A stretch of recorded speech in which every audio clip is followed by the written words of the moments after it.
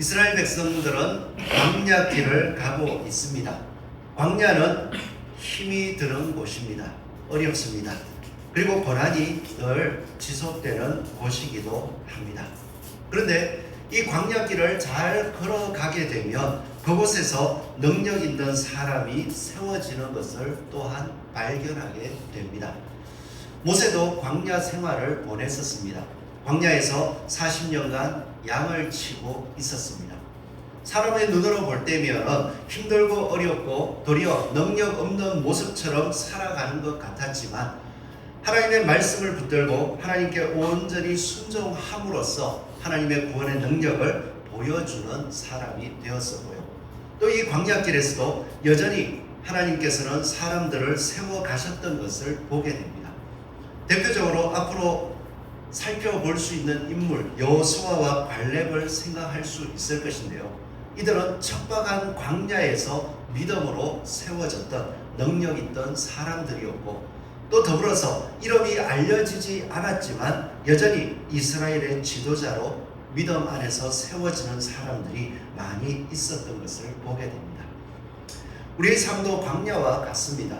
하루하루 믿음으로 걸어가려고 하지만 믿음으로 마음을 곧게 세웠다가도 곧바로 광야의 어려움들처럼 여러 가지 어려움들이 다가와서 마음이 꺾이게 되는 일들을 자주 겪게 됩니다. 이러할 때에 오늘 본문 말씀을 통하여서 우리가 깨닫는 바 광야를 통하여 하나님께서는 믿음을 세우기를 원하신다는 것을 믿고 그 삶 속에서 더욱더 믿음으로 세워지고 믿음을 따라 전진하는 저와 여러분이 되기를 소원합니다. 이스라엘의 모습을 바라볼 때에 광야에서 참 살아가는 모습마다 힘들고 어렵고 주변 환경과 주변 사람들이 모두가 대적같이 느껴집니다. 그래서 사람만 보면 두려워지는 세상, 이런 모습을 생각할 때에 요즘 현 시대가 진짜 그렇더라고요. 밤길을 다녀보면 제일 무서운 게 사람이더라고요. 사람이 어디서 저 멀리서 멀쩡하게 걸어오는데도 무서워요. 우리 살아가는데 사람이 참 무섭죠. 늘 뭔가 세상 이야기를 들으면서 멀쩡히 있다가도 해코지 할 것 같고 두려워지는 게 세상입니다. 신앙생활을 해도 그래요. 믿음 따라 살면은 직장 생활을 하든 어디에 가 있든 다들 믿음에 대적하고 또 반대하고 괴롭힐 것 같은 두려운 마음들이 마음속에 항상 남아있게 되더라고요. 그럴 때에 하나님께서는 우리를 믿음의 용사, 능력 있는 사람으로 이끄시면서 참으로 믿음의 길을 함께 걸어가고 또한 믿음으로 인정하는 사람들과 교제하게 함으로써 더욱더 용기를 주신다 하는 것을 알 수가 있습니다. 용기를 주는 사건, 믿음의 교제를 보여주는 사건이 오늘 모세의 장인 이드로의 방문이거든요. 이드로에게 모세가 이야기한 것을 살펴보면 모세가 이드로가 찾아왔을 때에 하나하나 어떤 이야기를 했느냐 하니까 8절 말씀을 한번 보십시오. 모세가 여호와께서 이스라엘을 위하여 바로와 애굽 사람에게 행하신 모든 일과 길에서 그들이 당한 모든 고난과 여호와께서 그들을 구원하신 일을 다 그 장인에게 말하며 장인 어른이 다 찾아왔습니다. 찾아와가지고 지금 보니까 휘황찬란해요. 모세를 따르는 사람이 장정만 60만 명, 그래서 다 합치면 한 200만 명 될 거다 하는데 가히 상상이 안 되죠. 60만 명이 쫙 진을 차고 치고 그 가운데 모세의 진이 딱 있고 그렇게 모세를 만나러 가는 길 가운데에서 사람들 틈새로 가는데 한참을 걸어가겠죠. 그렇게 걸어갔을 때 모세를 만나면 모세가 이야기하기를 제가 애굽에 가서 바로 왕과 이렇게 싸웠습니다. 제가 이런 어려움이 있었는데 제가 이렇게 했습니다. 자기가 한 어떤 이야기들을 하면서 하나님이 물론 도와주셨지만 제가 이렇게 고생했습니다. 그런 이야기들을 할 수도 있었겠지만 모세가 한 이야기는 여호와께서 이스라엘을 위하여, 모세의 중심이 딱 정해져 있더라고요.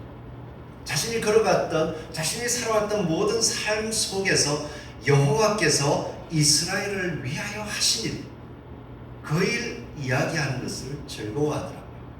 우리로 치면 어떨까요? 사람들을 만나면은 고생했습니다. 그 고생하는 가운데 제가 이렇게 했잖아요. 이렇게 했잖아요. 이런 일들을 이야기할 수 있겠지만 그 모든 마음 중심의 생각이 여호와께서 우리를 위하여, 여호와께서 나를 위하여 이런 일을 하셨습니다 하는 확실한 증거를 이야기하더라고요.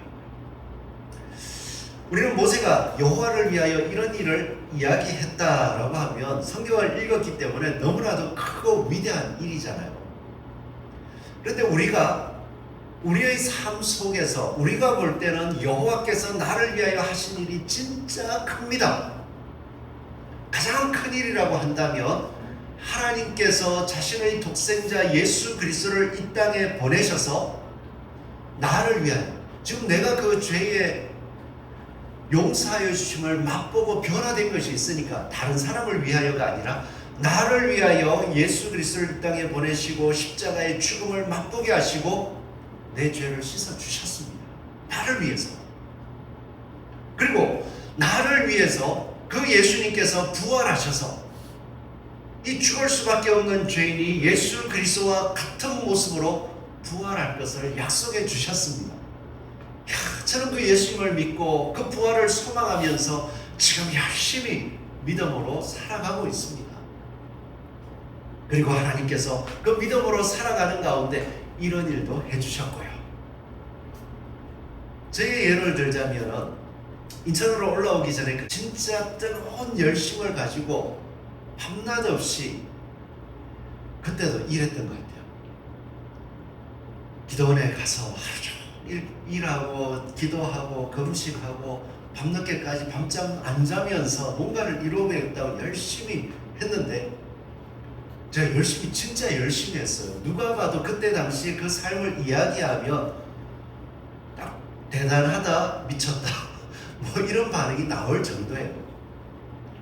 그런데 하나님께서 저를 위하여 더 크게 해주시지 않더라고요. 쫄딱 망했어요. 그러고 났을 때에 그 이후에 있어지는 일들, 하나님께서 회복시켜 주시는 마음들을 이렇게 생각해 보니까 열심히 했습니다 라는 말을 저는 별로 안 합니다.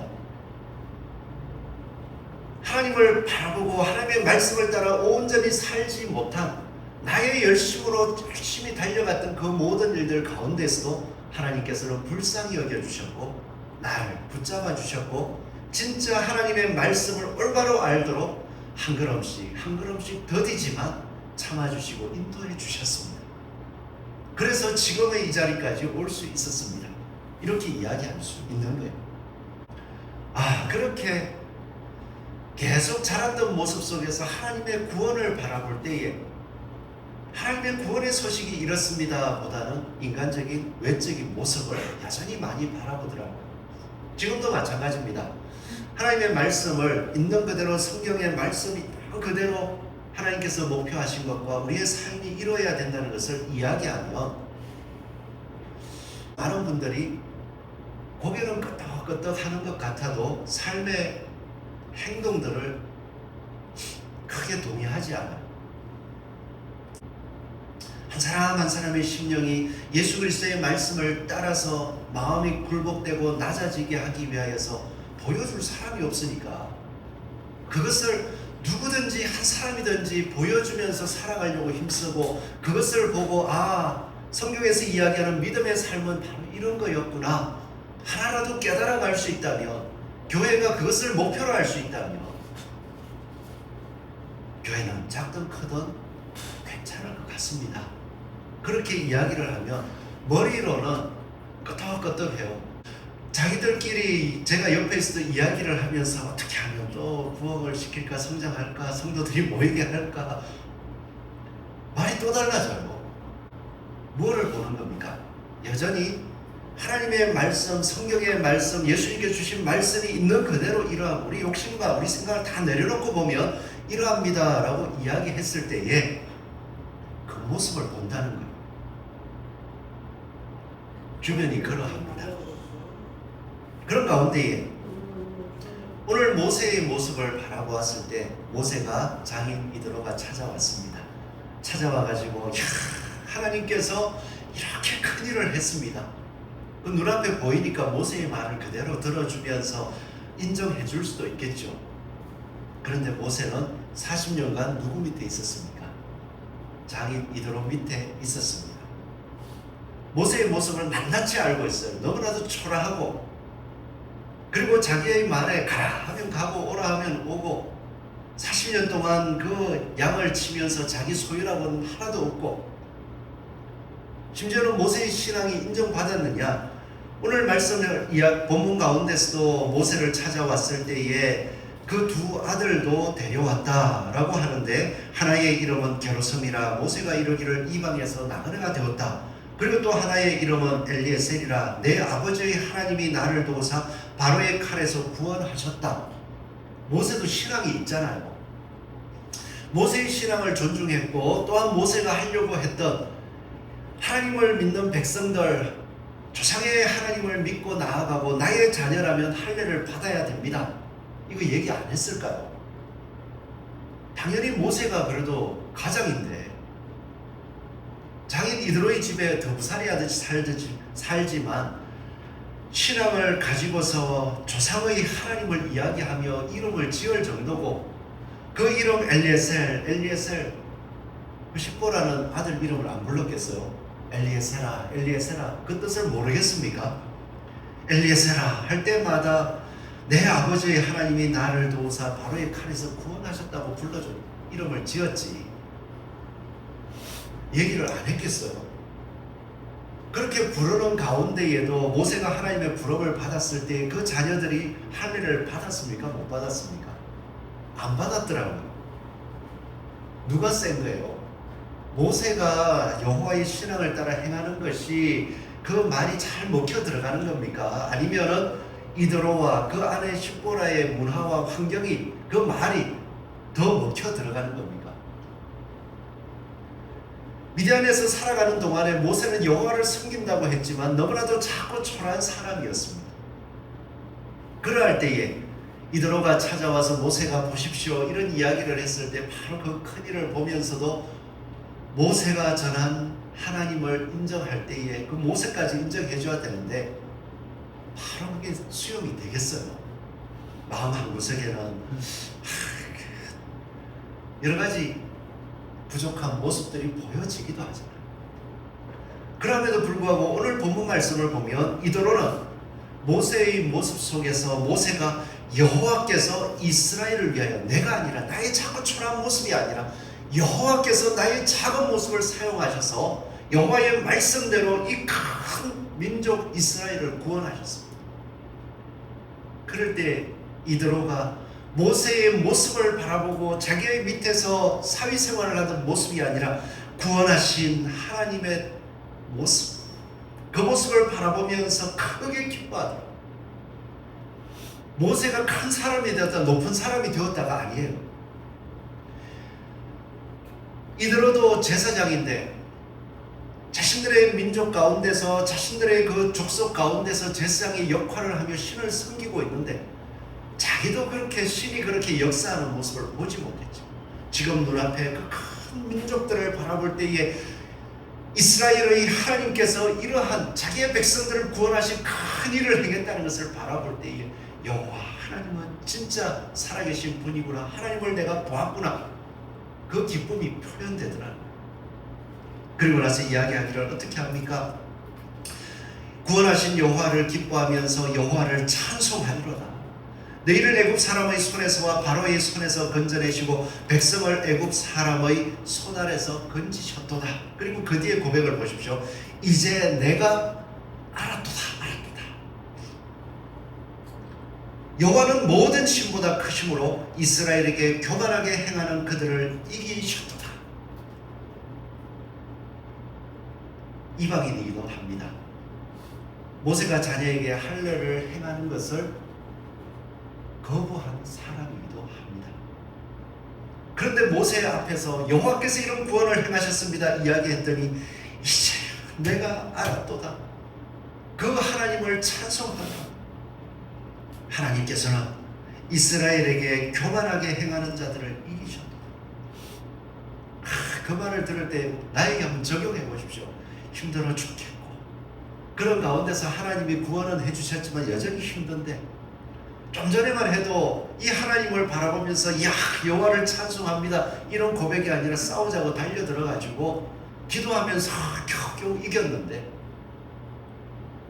이드로가 탁 찾아와가지고 그 모세의 초라한 모습 다 알면서도 그 앞에서 여호와를 찬송한다. 내가 여호와를 기뻐한다. 이스라엘에게 교만하게 행하는 그들을 이기셨다. 용기가 안 생깁니까? 이스라엘에게 교만하게 행하는 자들을 이기셨다. 우리가 하나님의 뜻을 행하고 나아갈 때에 여전히 이러한 어려움들은 있겠지만은 인정하는 이방인이 있듯이 여호와께서 교만하게 행하는 자들을 이기실 것이다. 말씀대로 나아갈 때에 힘듭니다. 광야 맞습니다. 그렇지만 말씀대로 나아갈 때에 나의 연약함이 아니라 나의 초라함이 아니라 여호와께서 구원하여 주실 것을 믿습니다. 이러한 은혜가요. 오늘 지금 이렇게 말씀을 들을 때에 맞아 내 삶도 참 광야 같은데 그 광야 같은 삶 속에서 무엇을 선택하십니까? 광야 같은 삶 속에서 모세처럼 사람들이 심지어 성도들이 뭐라 해도 하나님의 말씀대로 사는 것을 따르는 것 같지 않아도 모세처럼 하나님 말씀대로 해주신다고 했잖아요. 구원해 주신다고 했잖아요. 그러면서 기도하면서 한 걸음 걸어가기를 담대하게 붙잡으십니다. 하나님께서 함께해 주실 줄 믿습니다. 아멘. 이게 성도의 교제예요. 예배 시간에 우리가 이 말씀을 들으면서 그래도 힘을 얻으시잖아요. 예배 시간이니까 하나님 역사해 주시고 듣고 또 근데 한편으로는 제가 목회자이니까 목회자로서 말씀을 깨닫고 말씀을 올바로 전해야 되니까 올바른 말씀들이 전해져서 맞아 예배가 됩니다. 성도의 교제는 어때야 될까요? 성도들끼리 모였습니다. 성도들끼리 모였을 때 성도의 교제, 하나님 말씀에 기초해서 하나님의 뜻을 깨닫고 내 삶을 바라보면서 야 내가 이런 일이 있잖아.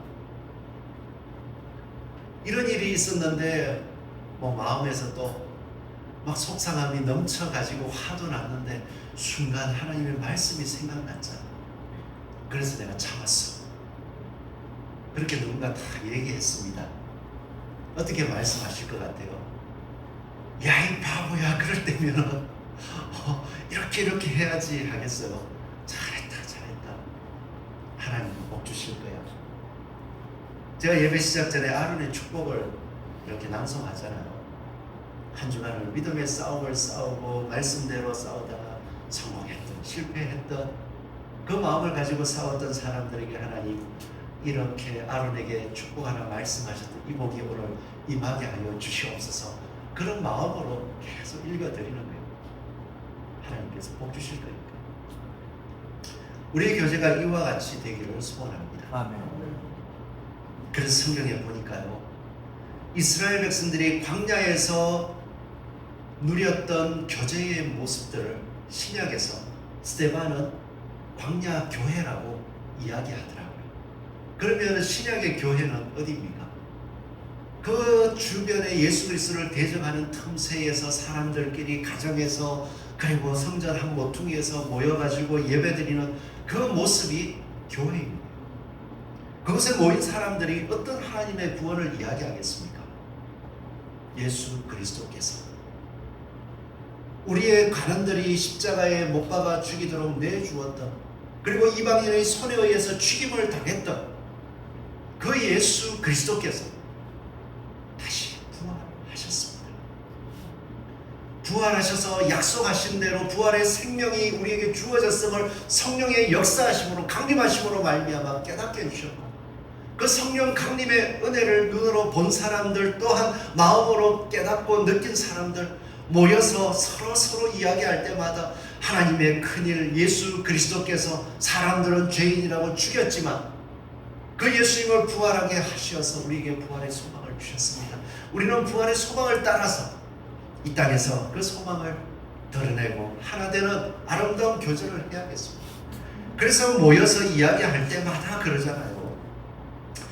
예수 그리스도께서 우리의 구주가 되시고 우리에게 부활을 약속하셨습니다. 그 말을 받은 사람들은 세례를 받음에 이날의 신도의 수가 3,000이나 더하면서 그들이 무엇을 했냐? 3,000명이 더하면서 무엇을 했느냐? 그들이 사도의 가르침을 받아 이게 중요한 거예요. 성령 충만함을 받았다 이 의미가 아니라 성령 충만함을 받고 나서 누구의 가르침을 받습니까? 사도의 가르침을 받아. 오늘 사실 성령 강림 주일이기도 합니다. 저도 젊을 때에는 성령 충만을 엄청나게 추구했고 너무 기뻐요. 성령이 임하시면 혹시 성령님을 내 마음속으로 어찌됐든 받아보셨습니까? 경험해 보셨어요? 진짜 살만 나요. 이 광야 같은 생활 속에서 살만 납니다. 기도를 해도 하나님 이게 아니에요. 땀을 안 흘리면 이 은혜를 안 받은 것 같아요. 기도하러 가면은 똑같은 이런 날씨에 기도하러 가면 산에 가든 예배당에서 기도를 하든 기도하고 나면 오시면 다 적기도 하고요. 어떻게 이런 일이 있을 수 있지? 뭐 말로 할 수 없어요. 가끔 가다 보면 전쟁이처럼 맞추기도 하고 또 가끔 가다 보면 기도했더니 병자가 진짜 낫기도 하고 뭐 여러 가지 일들이 막 있어요. 얼마나 좋은지요. 더 기도하는 거예요. 근데 돌아보니까요, 사도의 가르침을 따라 철저하게 말씀대로 사는 걸 안 하더라고요. 왜? 성령 충만 받았는데, 내가 성령 충만 받았는데 내가 주인이지. 내 마음대로 왜? 내가 하나님이 사랑하니까 은혜를 줬지. 그런데 시간이 지나보니까요, 은혜 받은 사람 어떻게 해야 돼요? 성경 보셔야 됩니다. 더 열심히 보셔야 됩니다. 볼 때에 성령, 은사 이런 것만 보지 마시고 하나님의 뜻이 무엇인가, 그게 성령인 거예요. 사도의 가르침을 받아. 그 말씀을 듣고 받은 사람들은 그 이후부터 예수 그리스도가 주이신 줄을 알고 그 가르침을 따라서 뭘 합니까? 가르침 안에서 서로 말하고 교제하고 그렇게 살아가더라고요. 이러할 때에 우리는 광야 가운데에서 하나님의 백성으로 능력 있게 세워질 수 있습니다. 우리 한 분 한 분들, 저는 여러분들을 바라볼 때에 예배드리는 모습밖에 볼 수 없습니다. 너무 이뻐요. 성경 읽기표 읽었다고 오셔가지고 싱글벙글 하면서 붙이시는 거 보면 가르침을 따라 어찌됐든 하나님의 가르침을 보고 있으니까 그걸로 저는 판단할 수밖에 없어요. 너무 예쁜 거예요. 그런데 여러분들의 삶 속에서도 하나님의 가르침을 따라 사는 싸움을 싸우시기 바랍니다. 성도의 교제가 이루어지는 곳이 어디입니까? 가장 근본적으로 교회이기도 하죠. 여기서 그렇게 돼야 됩니다. 여기서는 예수님을 배우셔야 돼요. 그 다음으로 가장 자주 이루어지는 곳이 어디입니까? 가정입니다. 가정에서 너 나 따지지 말고 항상 먼저 오늘 예배드린 우리가 하나님의 말씀대로 살아갈 수 있기를 바랍니다. 오늘도 하나님과 교제하십시오. 그리고 그 교제 가운데에서 이렇게 말씀대로 살아가고 있는 사람, 힘들어도 괜찮아요. 말씀대로 하고 있다면 이야 사는 걸로 함께 기뻐해 줍시다. 그리고 그 가운데 하나님의 역사가 나타났다면 나에게도 나타날 줄 알고 함께 경주하고 격려하고 또 사랑하는 저와 여러분 되기를 축원합니다. 그래서 광야에서 능력을 맛보고 능력 있는 사람으로 세워지는 은혜가 넘치기를 축원합니다. 기도하겠습니다.